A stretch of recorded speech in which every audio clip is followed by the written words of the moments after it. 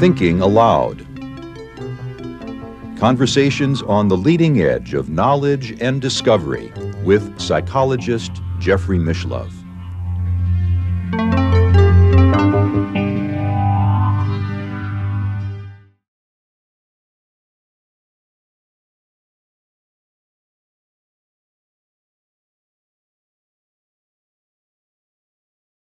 Let's talk about time to begin with. I love your story about how we normally think of time as the future being ahead of us and the past being behind us, and yet the Native American elders with whom you worked saw it just the opposite. Well, you know, I learned from Moonhawk that the ancient Greeks, we don't have to go to indigenous culture right away, so for the ancient Greeks, the past was ahead of them because it had already manifested. Yeah. And so where they had eyes to see, the future was behind them, which was enveloping them from behind. It's not really a line, but the future was all behind. A little like Carlos Castaneda talks about death stalking us from behind. So yes, the future is manifesting through us.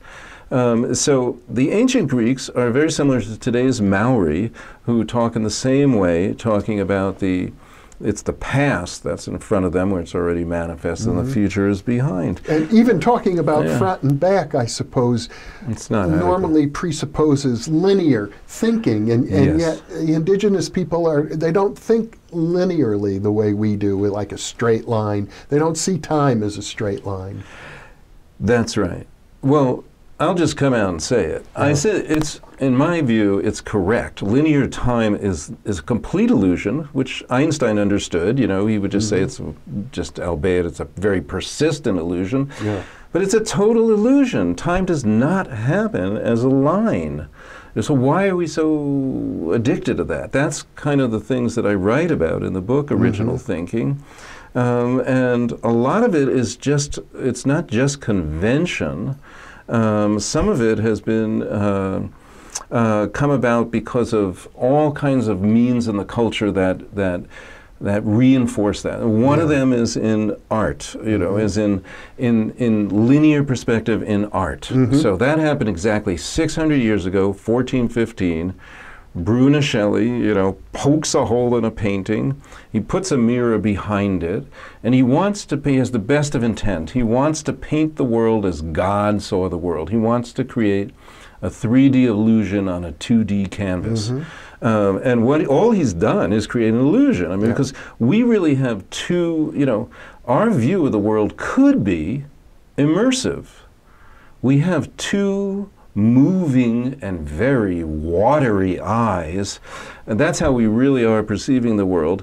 And yet, if you think about linear perspective, it's a view from one stationary eye, you know, and it projects these lines onto the future, and that's what you're talking about.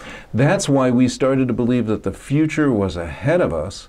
And then, Jeff, we took the extra step. If the future is ahead of us, now we're going to try to predict and control it.